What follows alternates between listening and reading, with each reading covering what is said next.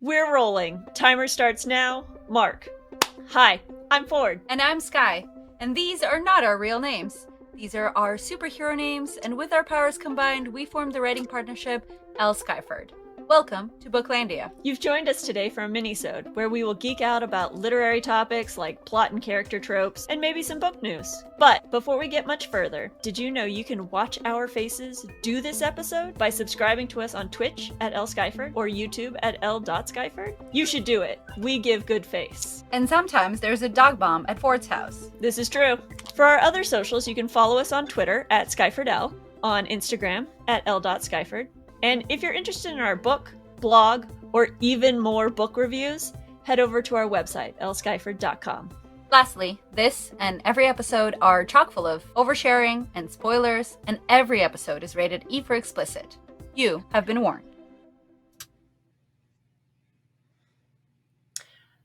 Well, hello there. Hey, nerd. Pushes up glasses. Hey, nerd. What's up? So today's minisode is about hot nerds, you guys. Hot nerds. Yes. This is one of my favorite tropes. Ooh, that was pitchy. So sorry. Not a singer. It's all good. I'm tone deaf. Amazing. Totally are fine. you a nerd? Hard yes. Excellent. I knew we got along for some reason. So we're talking about tropes, where the main character or characters are nerds. They're stereotypically awkward or shy or socially inept in some way. I think this trope also tangentially relates into betas and cinnamon rolls, because I think those types of people also can be nerdy characters. The reason it works for me is because hot nerds are like unicorns. They're beautiful and magnificent. They've got gorgeous brains. And then because it's a romance novel, gorgeous bods. Okay, the reason it works for me is because I do like a little bit of like dense scientific data in my books. I sure do. I know, it really gets me going. Journal. That's right. My kink has a lot to do with horn-rimmed glasses and a little bit of a stern librarian look going. Yes. Amazing. Give you an elbow patch to just gently caress. Oh, yes. Soft, supple elbow patches. Bring them. I am here for that. Oh, is it hot in here? Ooh. Yes, it's hot in here. But also, yes. The more you know. Look, you just reminded me of more reasons to love this trope and nerds in general. One of the reasons it sometimes doesn't work is because of the stereotypical nerds are socially awkward or introverts or what have you, or they're workaholics. Like, that's not real life. I know a lot of extroverted nerds. So, just one tiny flaw. It's not a big one. I'm not tripping over it.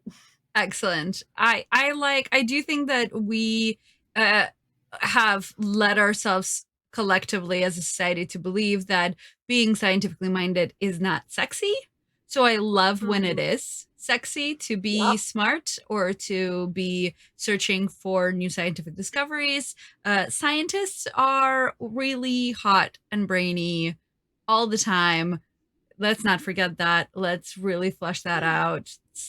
Love me some scientists. So yeah, this also works for me very much so. Yes. And I lump in librarians into this and booksellers and book readers and anyone on a path of discovery. So it covers a lot of excellent ground.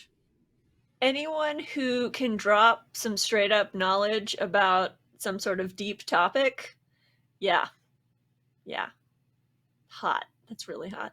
I was just thinking about The Rock in Rampage, because of course, movie tangent based off of our last minisode, where he played like some sort of animal zoologist.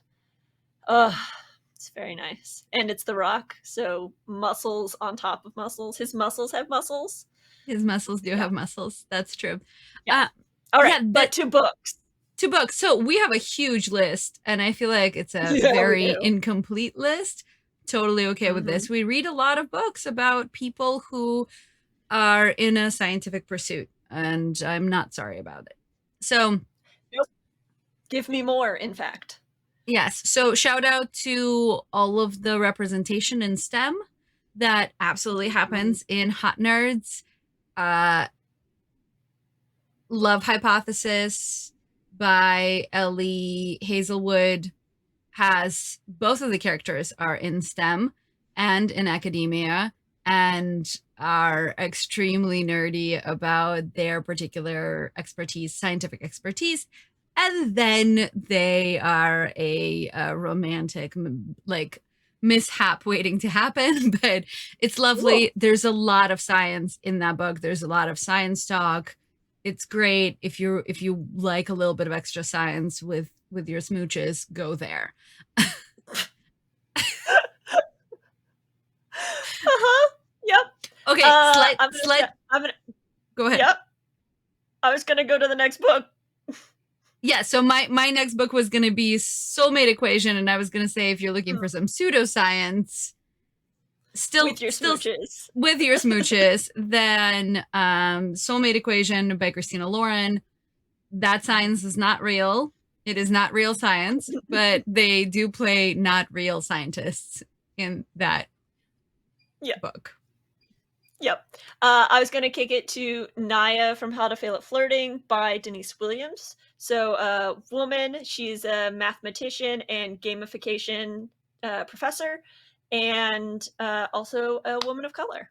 Yes. To all of those things. And there's a lot of actual conversation about how gamification theory works. So, in case you don't know what that means, it's in a romance Mhm. novel and it's explained really Yeah. easily in a way that you go, oh, yeah, that makes perfect sense. That book Um, might still be my favorite book of the year so far at the date of this recording. We have a full episode on it that is from our vault, so go back and listen to all of that because that book is incroyable. a hard agree. Yeah, that book is really lovely.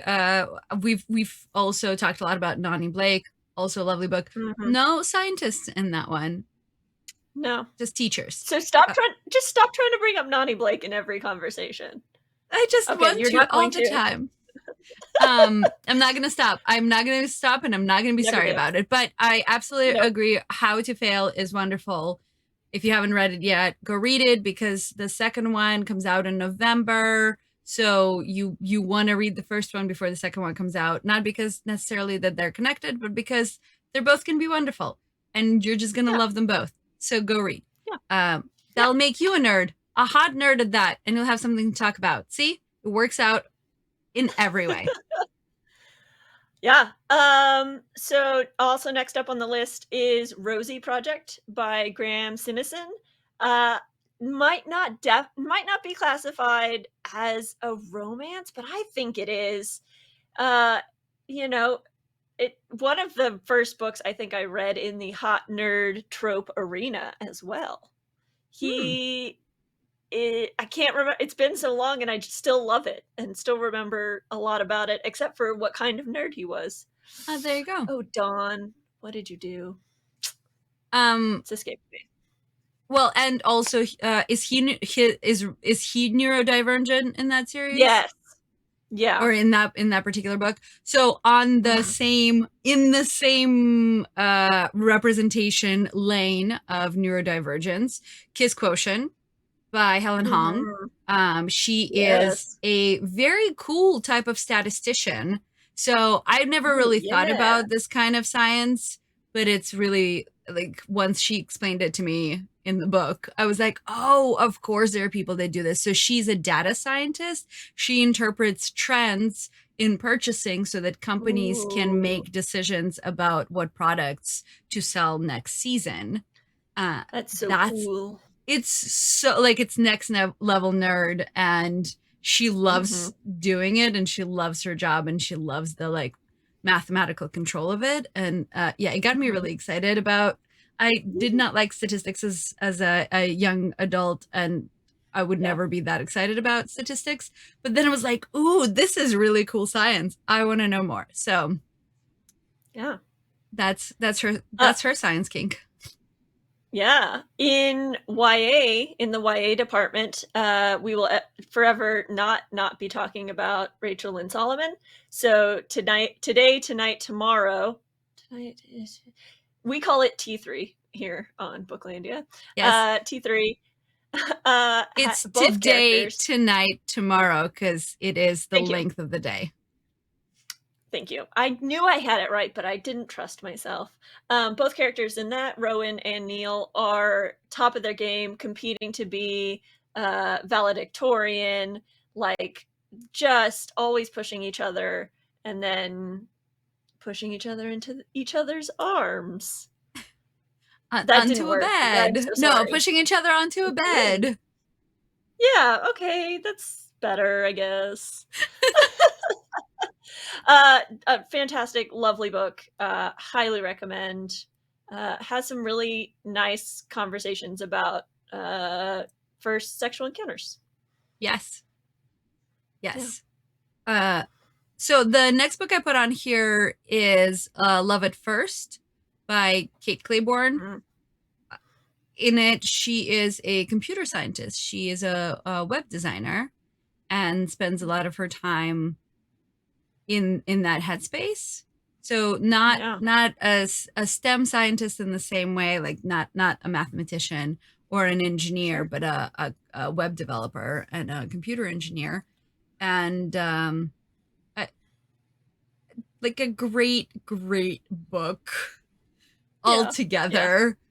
Her Sure. scientific pursuits or her web design life isn't at the forefront of the story, but that is the Mhm. job that she does, and I could not bring her up because there's some stuff about like her taking off her glasses and that and him taking off his glasses because it Oh. starts their love at first, which originally was called Love at First Sight, starts Mhm. because he needs glasses and can't see her and only sees the vague shape of her when they're children.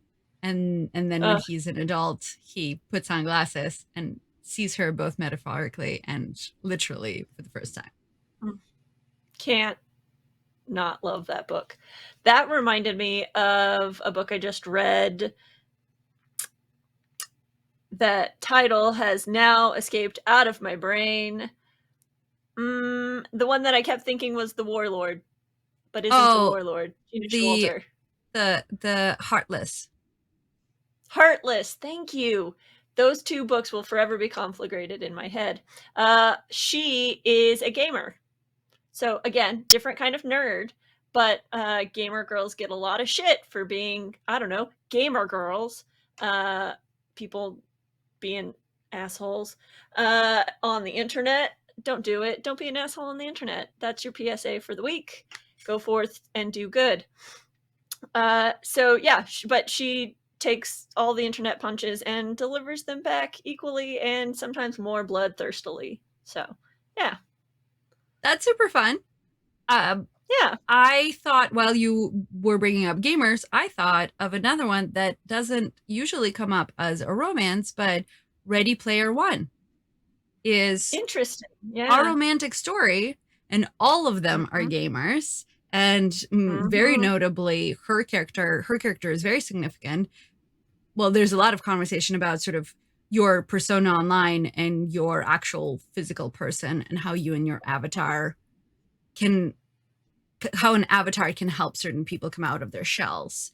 And her character is one of the characters that utilizes the avatar to be more socially present than she wants to be in Mm-hmm. real life. So, but it is a love story for the two of them because they do end up first falling in love online and then falling in love in real life. Sorry, Yeah. spoiler for Ready Player One, a book that's been out for 15 years. So I hope you've Yeah. already read it or watched the movie, We say there are whichever way you go. spoilers. They should know better. Yeah.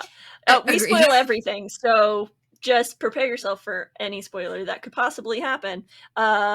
Look, Darth Vader is Luke's father. There you go.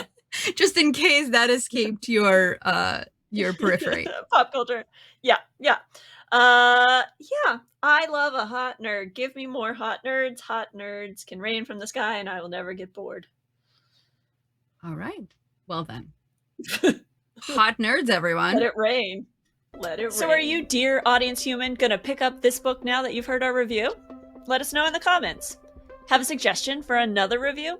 Slide on into our DMs. If you like this adventure in books or updates on our upcoming projects, please follow, like, save, subscribe, rate, review us on Instagram at l.skyford, on Twitch at lskyford, and on Twitter at skyfordl. Phew. I'm Sky. And I'm Ford. And that's it for this minisode. We will see you next time on Booklandia, where every book is a whole world to explore.